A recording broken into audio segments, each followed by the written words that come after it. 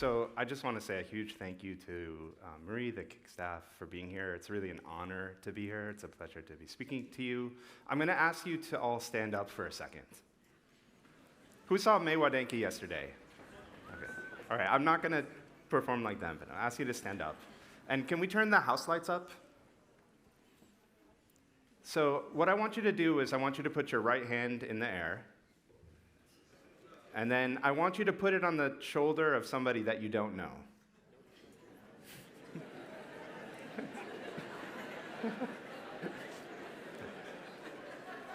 And now I want you to put your left hand in the air. This poor group in the front all know each other. Put your left hand in the air, and I want you to put it on the shoulder of somebody else that you don't know. And it looks awesome from here. And what I want you to do is quickly introduce yourself and make a new friend.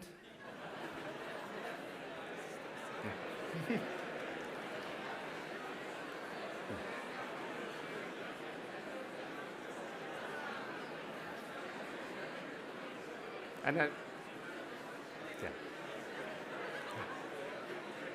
And then when you're ready, you can have a seat. Yeah. But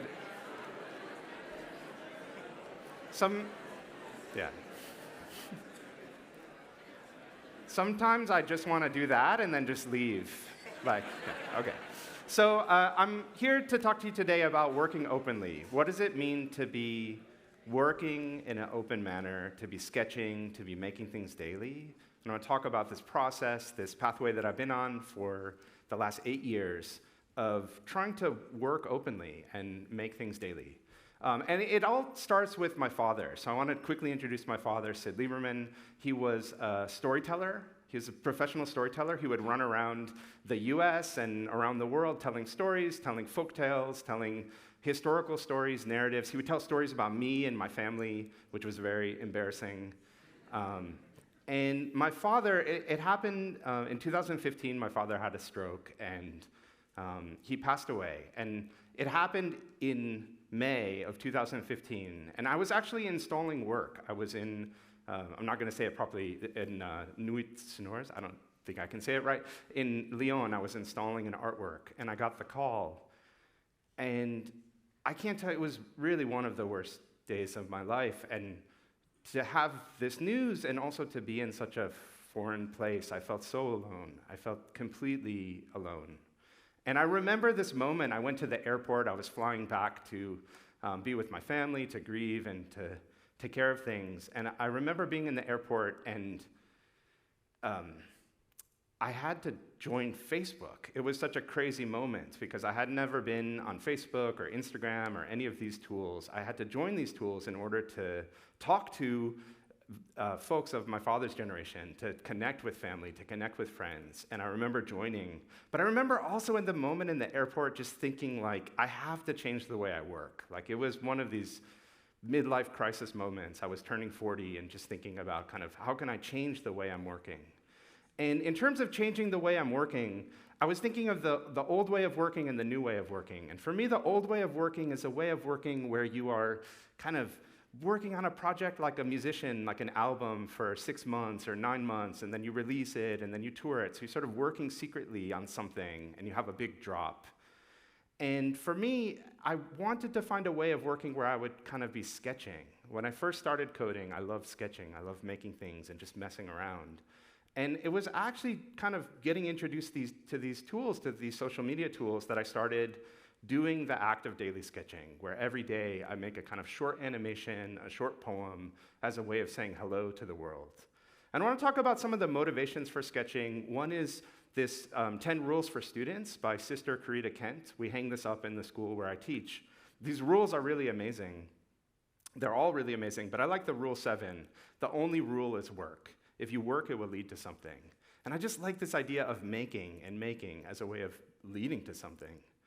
And I started sketching. I started with light, with reflection, refraction, and every day I would wake up thinking, like, where are the rays of light coming from? Where are the walls that the light is bouncing off of?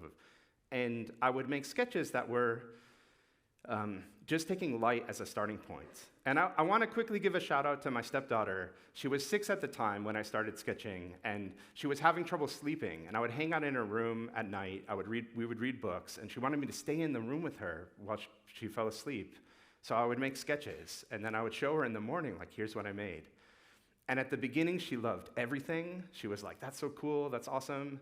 And then she was like, a month in, she's like, you have to change. Like, it's getting repetitive. And she became my art director. And if you do something again and again and again, you have to come up with shortcuts. So here this kid had to write the phrase, I will make better choices, again and again and again. And you can see how they've kind of optimized it. Like the L of the word will is a single line. That optimization, if you have to do something again and again and again, you're gonna come up with shortcuts. And it's actually those shortcuts that are your style as an artist, that the shortcuts that you take, the things that you do in order to make the work are the things that make your work what it is. I think there's a lot in kind of daily sketching. I think a lot about kind of getting lost. And actually being back in Namur is really amazing because I've been here several times, and it's like moments where I feel like I know where I am, and there's moments where I feel like I'm lost. And I think a lot of the creative process is navigating the known and unknown. You have these familiar territories that you come back to, and then you have these unfamiliar places. And a lot of it is this kind of this interplay between known and unknown. Or even the idea of grammar, that when you're making these work, when you're sketching, it's not about making artwork, but it's about making grammar. And it's from the grammar that you can make the work, these kind of tiny pieces. When you're making work and sharing it openly, it's also about seeing how other people see the work. And that's something that I always wish I had as a superpower. I also wish it for other people, which is I kind of want to see with other people's eyes. Like it sounds gross, but I kind of want to like grab people's eyes and like have them to see how they see what I do. There's something really powerful about that. And one thing that I noticed as I was sketching, and we'll get into sketches in a second, but one thing I noticed as I was putting up sketches is that there was almost like this very simple matrix, where sometimes I would make things that I like and people didn't like. Sometimes I would make things that I don't like, but people really liked. Sometimes I liked it and people liked it, and sometimes I didn't like it and people didn't like it. And you would think that you want to optimize for the third one. Like, I like it and people like it. That would be ideal. But actually, I think it's the first two. Things that I like and people don't like, and things that I don't like and people like are actually super interesting. You start to see how your ideas are in and out of harmony with the world. And I remember one of the first sketches that I posted was this kind of animating blob, these two blobs, and they were connected with lines. And I didn't like it at all, but people loved it. And for me, it was such a moment to understand how my ideas, to start to see what other people saw in it, and start to think about interior spaces and connections and so on. I'm posting all the time. One of the things that I always tell people is the DJ does not take requests. It's my favorite line. People will tell you to do things. Try it bigger, make it slower, add this color. And I feel like the meme, the DJ with somebody coming up telling them what to play, I want to listen to my own voice, right? I don't want to have a million voices in my head. I want to listen to my own intuitions and see where I go. But there are times when people say the most beautiful things. They say, this reminds me of an artist, or here's what I see in the work. And those things are amazing unlocks where you can see how other people see the things that you do. To me, sketching is a form of diary. It's a kind of internal practice. It's something where I'm doing it really for myself and sharing with other people. And I love, there's a rapper, JME, he has this quote which I really love: music is the reason I make music. I'm the person I make it for. And I think about this quote all the time as I'm sketching, that I'm making the work for itself, that I'm doing it for myself. There was this kid that I saw on the subway, and he had a phone, a camera, Snapchat glasses, and then I'm taking a photograph of him. There were so many cameras in this moment. And I think that if you're an artist, if you're making, it's great to be capturing everything that you're doing. And so this is what my hard drive looks like, what my desktop looks like. I have lots of problems.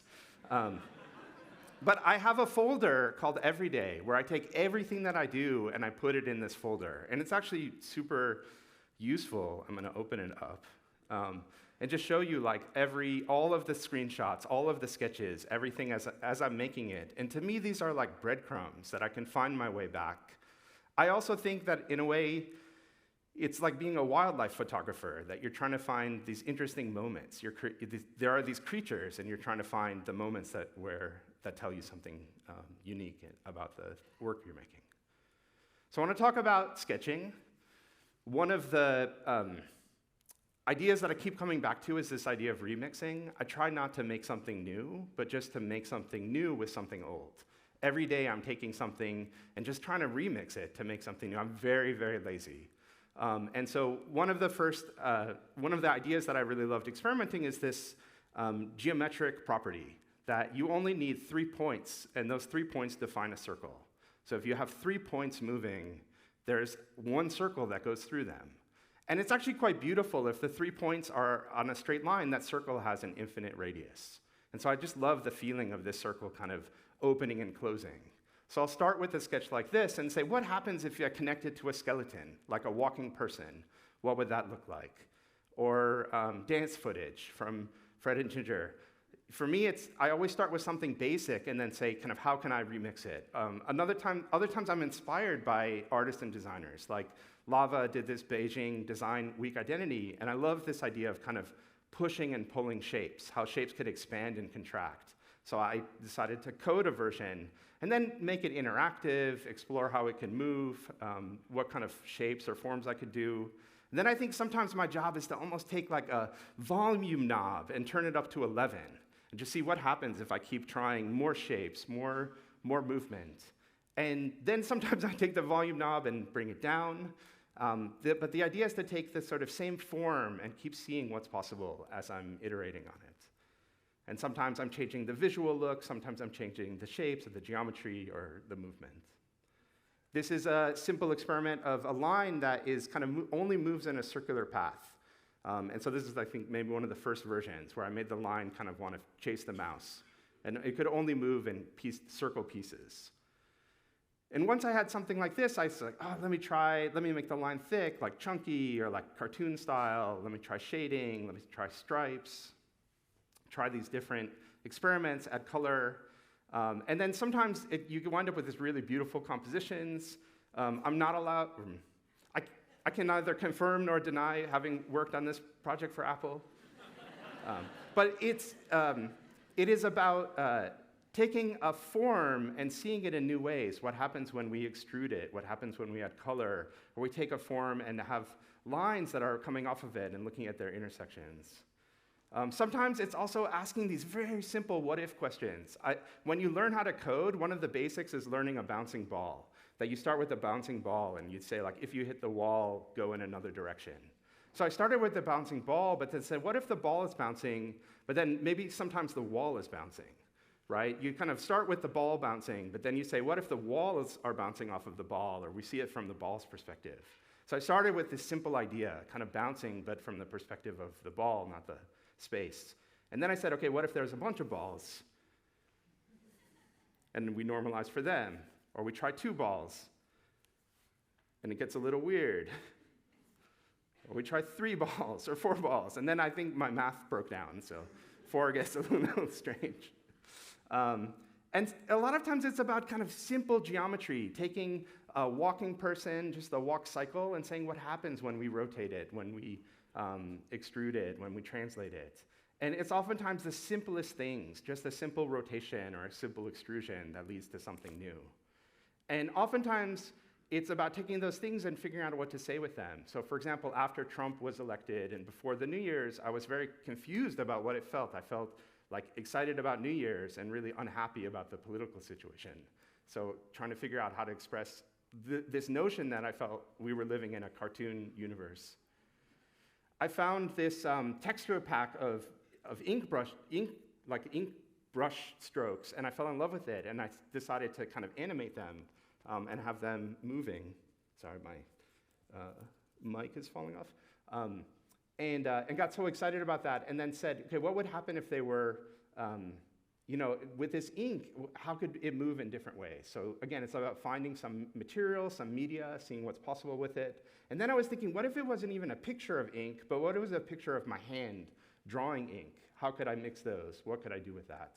And this idea of drawing with anything, I experiment with a lot. So for example, this is a project with Google where it's drawing and it's taking the satellite photographs from around the world. So highways and coastlines and rivers, it's connecting them to make a kind of infinite line. So I want to talk about some specific areas of research, and I'm going to fix my microphone with some Scotch tape. This is very high tech up here. Okay, I think we've run out of the good tape. We're down to the cheap tape. Wow. Okay, great. Is it good? Okay, awesome. All right, so blobs. I love blob shapes. It's one of my favorite forms to come back to. It's really my safe space. I feel really comfortable with blobs. And for me, the blobs are so amazing because they're about experiments with geometry, but also experiments with simulation, right? A blob is a spring system and a particle system. And in a way, it's a kind of, to me, they feel really lifelike and organic and absurd. So I'm always thinking about blobs as kind of breathing, thinking about the motion of blobs, how are they moving, how are they breathing? And I'll start experimenting with like what's in a blob, right? What's happening on the inside of a blob, or what happens if we attach pictures to a blob. My stepdaughter didn't like this at all. She said, thumbs down. So extrusion, revolving. I like 3D that looks like 2D, 2D that looks like 3D. More blob experiments. And I had a commission from the M+ Museum in Hong Kong to create a project around blobs. And what I did is I took the money that they gave me and I hired artists and designers. I basically took the budget from the commission and I did like micro commissions where I commissioned artists and designers to take blobs that I had made and name them and describe them and write about them. And it's really, for me, it's really exciting, again, to see how other people see your work. I'm going to just read one of them and show you this project. This is Annie Liu, the artist, and she said, "Mutual care. Within this colorful little world, we find blobs living a gentle dance of mutual care. As one blob breathes in, expanding its volume, another exhales, making room for the other. Giving does not always mean taking away from yourself. We are always in a gentle cycle of growth and decay. As the softness of one curve inhales into another, the sensuality of sharing space is explored. All of the blobs are softly dancing and vibrating in a field of light, simultaneously glowing and absorbing, solid and hollow, defined and ethereal. Can we too be inspired to share space so gently?" And for me, I always joke with the curator that I felt like I'm getting a PhD in blobs, just because I'm making so many blobs. And so then I was thinking, like, if I'm getting a PhD, like, what am I reading? And I was excited to make a project with some language about blobs. Space and AR has been an important realm of experimentation and sketching. So what does it mean to have a camera in space? So these are experiments that are taking a device, and you take photographs, and the photographs stay in the air where you took them. So it's a kind of creating almost a kind of, I don't know how to explain it, just photographs in the air, or taking frames of video in the air with a device, and then you can walk through those frames. So with your body is almost becoming the playhead. You're scrubbing the video by moving through it. So as you move it, you can replay and see the video. Or taking photographs and breaking them into pieces, so colored pieces based on the color of the photograph, and having a kind of three-dimensional fracture where as you move, the world starts to break into pieces. And this is taking textures from the world, taking colors and patterns from the world, and then painting them back into the world. And I think AR is a really interesting vehicle for ambiguity, for creating images and situations that are hard to understand, and that play on the border of digital and physical. This is recording audio in space, and then when you walk through it, the audio replays.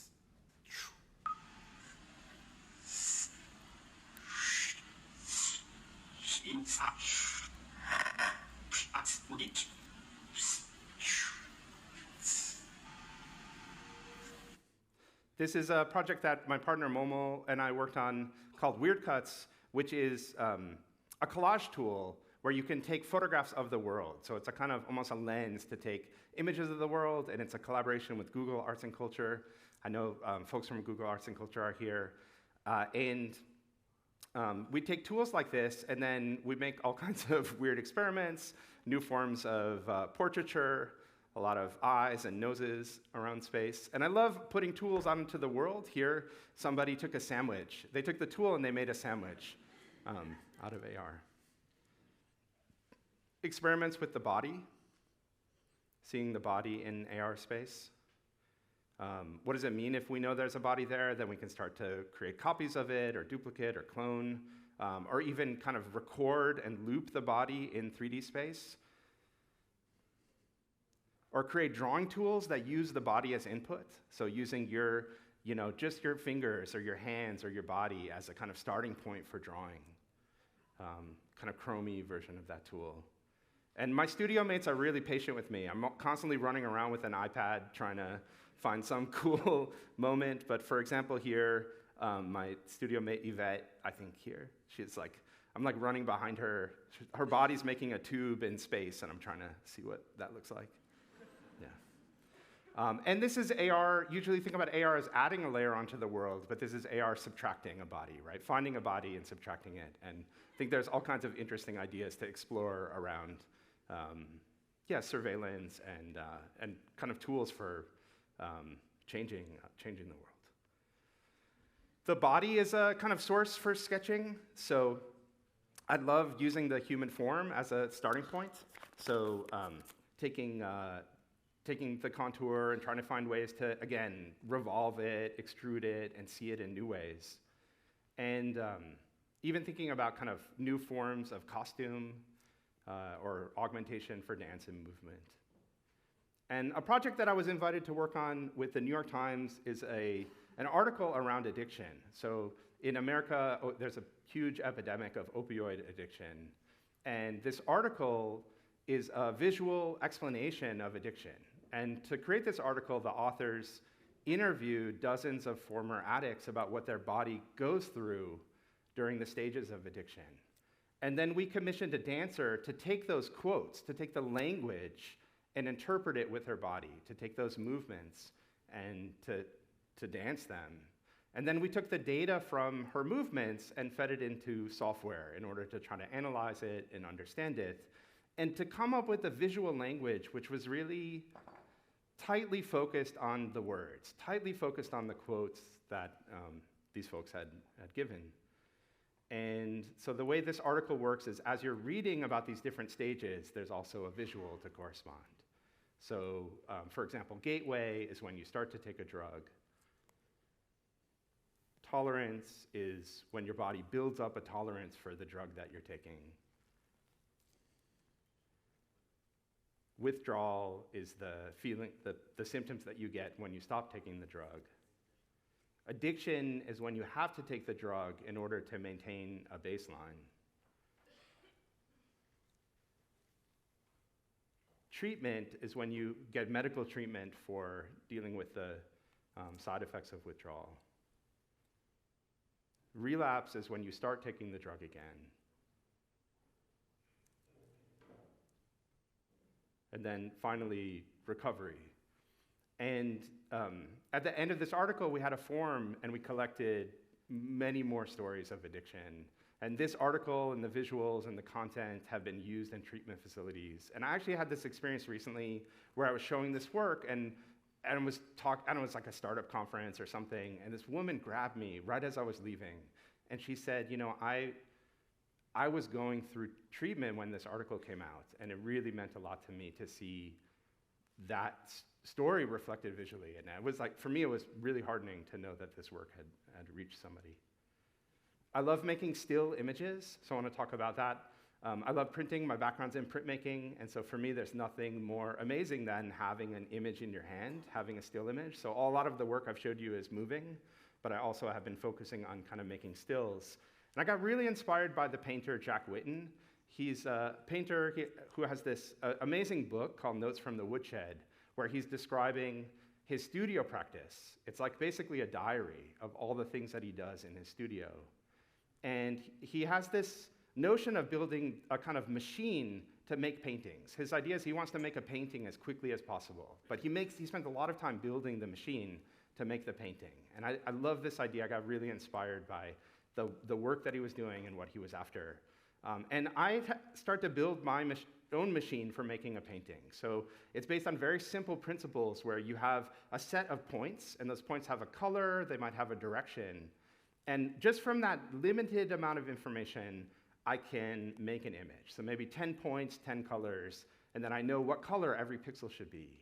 And I'll start with something like that, and then mix it, and remix it, and change it. And a lot of times what I'm trying to do is figure out kind of from that starting point, what are all the various directions I can take it? Adding texture, adding noise, geometry, but it's all the same underlying code. And sometimes I take it so far it doesn't look like anything, like it looks so different. I really like kind of, again, volume knob up to 11. And I was, based on this work and on this research, I was invited to create work for the film studio A24, the movie Everything Everywhere All at Once. They published a songbook reader. So they took the music from the soundtrack and made a box set where every song is a sheet music. And they asked me to make the artwork for the box, but also the artwork for every song. And so I really love the movie, so I spent a lot of time listening to the album the soundtrack over and over again, and then thinking about how I could tell a story with images, how I could tell a story about the moods of the film and the moods of the song, and thinking about color and geometry and pattern and rhythm in that process. I've been making a lot of work about sunsets, so I love sunsets. I want to show a few references and then talk about the sunset work. This is a project by Joe McKay. Sorry, can you hear me okay? Yeah. Okay, sorry, it's like, I shouldn't touch it. I shouldn't move at all.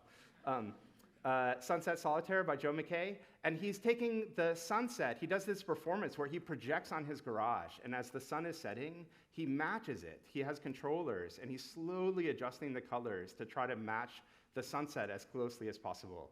And I love this idea of kind of using a digital system to try to match the world and experiment in that way. Or Cassandra C. Jones has this film she made called Eventide, where she takes photographs of the sun, various photographs that people have made of sunsets, and she aligns all the photographs on the position of the sun. And just for me, I love the colors of sunsets, the kind of the feelings. And so I've been experimenting with various graphical techniques to create sunsets. So this is some stills from some work that Daito and I did a few summers ago, some experiments with computational sunsets, color work. And for me, the colors of sunsets and the atmospheric colors I find quite beautiful. They're some of my favorite colors to work with. Some more experiments on that front, animations, more sunset animations. And this project I'm going to show you is called 100 Sunsets. It was inspired by a trip I took with my family. We were traveling around Maine, just eating a lot of seafood, enjoying ourselves, and towards the end of the trip, we spent some time living on a boat. And I had never spent that much time never lived on a boat, never spent that much time close to water. And I remember staring at the surface of the water and seeing the way light was reflected on it, and just feeling like totally in awe, like really, really in awe of just the beauty and the magic of the reflections. And then also thinking I could never code that it would be impossible to code that in 100 years, in 1,000 years, it would be impossible to simulate that. So I was kind of like, oh, I should just enjoy it. But then I kept going back to this feeling. Yeah, I should just leave it. I kept going with this feeling, and it seemed like, okay, let me see what's possible. Let me see what's possible. So I started to experiment with texture, with different textures, and also thinking about kind of how light would reflect off of water, how sunsets would reflect off of water. So lots of sketching, experimentation, more experimentation. So you can see the process. And in the end, I made this project. So these were 100 images that were various sunsets, kind of thinking about how the sun would reflect, how sunsets would reflect on water. So this was an NFT project. We can have some beers later and debate NFTs. There were 100 works. And for me, I thought of these as almost as kind of, if you had a summer and you were just paying attention to every sunset over the summer, that these images will almost be like kind of frames or a stop motion animation of a time, like 100 days. I've been really fascinated with light and doing a lot of sketches and experimentation about light. And some of the early work that I showed you was light reflecting, so thinking about kind of where are the rays of light coming from, how are they bouncing, et cetera. But my partner, Momo Kuo, we have a studio together. She's gotten, in the last maybe 3 or 4 years, she's gotten really into working with neon. And every day she's coming to the studio, she's making neon, she's coming to the studio, hanging up these neon devices. She's making crazy things. She made a neon helmet. It's so bright. It's like phenomenal. People are staring, like it's really cool. And every day she's coming with neon, and I love how the neon, the glows and the colors that are coming from neon on the wall, like I spend a lot of time looking at them and thinking about them and thinking about how they could be created in code. So I've been experimenting with various ways of simulating light. This is a different approach. And again, thinking about kind of how light can move and animate in unique ways.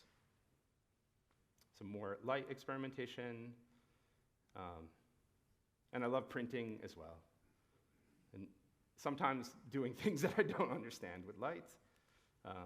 Even the debug screens I really love. More examples. And for me, it's been really a joy. I think light is this kind of fundamental thing, and I've been trying to understand it through sketching. And finally, I just want to say that when you post work, when you share work, you get all kinds of interesting feedback. Sometimes they're really ridiculous. I like this, gorgeous and nauseating. When I was young, I had a reoccurring nightmare that looked a lot like this. But sometimes they're really beautiful. Like, I made these still images, and somebody said, I took some time with these, full size. You wouldn't know it at first glance, but this is time-based work. And I thought that was so beautiful, that somebody took time with the work. And these still images, they told me it was time-based, and it was just, yeah, really profound to think about it in that way.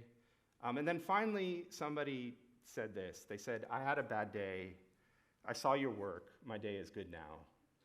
And like, this is probably my favorite comment that I've ever received from doing this sharing, 8 years of daily sharing. I think it's so, at the beginning I said it's about myself, right? I'm doing this for myself. I'm like, it's a diary. I think I want to listen to the voice in my head. But just this idea that making something could change somebody's day, that for me is that's probably the most important reason to be doing this.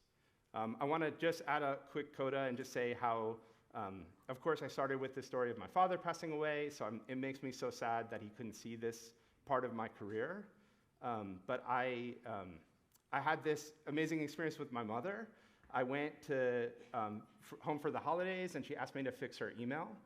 And when I was fixing her email, I noticed that she gets an email every time I post. Every time I post something, when I post, and she's always the first person to like it. She's always there liking what I make. And I didn't know this, right? For years and years, I had no idea that she was getting an email. And I just, yeah, it really touched me, and that feels like love. I never get enough chance to thank. I thank my father, want to thank my mother, my sister, and then also my partner, Momo and River, because I wouldn't be doing the work that I'm doing without them. And thank you.